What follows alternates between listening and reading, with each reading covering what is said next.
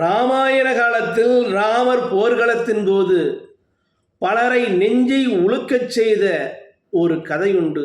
அந்த கதை என்னவென்றால், துணிச்சலின் சிகரமாகவும் கற்பின் இலக்கணமாகவும் இருந்த பெண்மணிதான் இந்த நாகக்கண்ணி சுலோச்சனா ஆவார். இவள் யார் என்றால், இந்த இலங்கேஸ்வரன் ஆகக்கூடிய அவனுடைய மூத்த மகன் இந்திரஜித்துவின் மனைவியாகத்தான் இந்த சுலோச்சனமா இருந்தார்.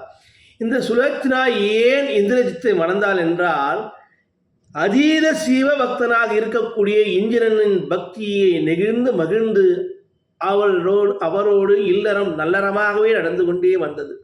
இப்படி வாழும் காலத்தில் தந்தையான ராவணன் அதர்மத்தின் வழி சென்றாலும் இந்த கற்பின் சிறந்த பெண்மணியோ தன்னுடைய கணவனான இந்திரஜித்துவிற்கு பணிவிடை சிறப்பாகவே செய்து வந்தார். அப்போது ராமபிரானின் ராமர் போர்க்களத்தின் போது லட்சுமணன் அன்புகளால் தொலைக்கப்பட்டு இந்த இந்திரஜித்து மடிந்து போனான்.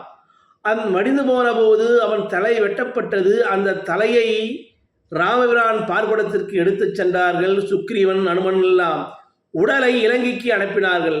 இலங்கையில் பார்த்து பதறி எழுத அந்த சுலோச்சனா ராவணேஸ்வரன் கேட்பால், என் கணவனின் தலை எங்கே, மீட்டுத் தர வேண்டும் என்றார்.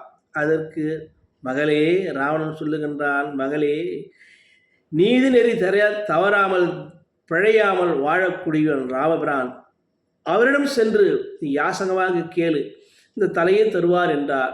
அப்போது பார்வடாரம் நோக்கி இந்த சுலோச்சனா சென்று ராமனிடம் கேட்கின்ற போது அந்த கற்பின் நிலை அறிந்து, உணர்வறிந்து, குறிப்பறிந்து, செயலறிந்து இந்த ராமபிரான் தெய்வீக தன்மை உள்ளவனாக இருக்கக்கூடியவர் அறிந்தார்.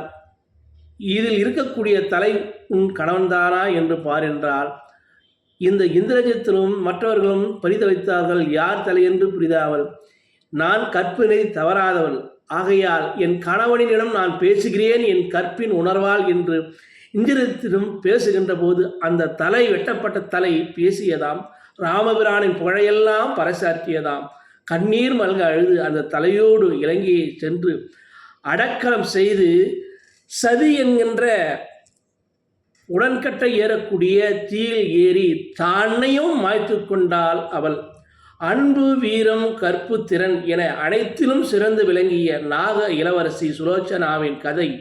தர்மம் எங்கிருந்தாலும் அதற்கு இறைவனின் அருள் நிச்சயம் கிடைக்கும் என்பது நமக்கு உணர்த்துகிறது. நானும் விடைபெறுகிறேன். நன்றி, வணக்கம்.